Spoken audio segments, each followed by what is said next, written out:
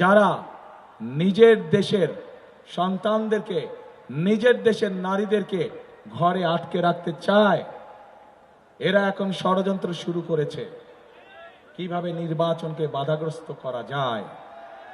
এরা এখন তাদের লোকজনকে মা বোনদের কাছে পাঠাচ্ছে এনআইডি নাম্বার নেওয়ার জন্য, বিকাশ নাম্বার নেওয়ার জন্য।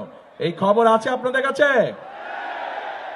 কাজেই তারা বলে সৎ লোকের শাসন কায়েম করবে।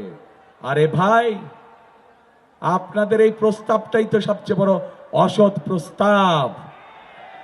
আপনারা অসৎ প্রস্তাব দিয়ে কাজ শুরু করে কিভাবে আপনারা মনে করেন যে আপনারা সৎ লোকের শাসন কায়েম করবেন? আপনারা সমগ্র জাতির সামনে মিথ্যে কথা বলেন যে আপনাদের অ্যাকাউন্ট হ্যাক হয়ে গিয়েছিল। বিশেষজ্ঞরা প্রমাণ করেছে আপনাদের অ্যাকাউন্ট কোনো হ্যাক ম্যাক কিচ্ছু হয় নাই। বাঁচার জন্য এখন আপনারা মিথ্যে কথা বলছেন। যারা নির্বাচনের আগেই জনগণের সাথে মিথ্যে কথা বলতে পারে, তারা নির্বাচনের পরে কি পরিমাণ মিথ্যে কথা বলতে পারে এটি আমাদের সহজেই বোধগম্য।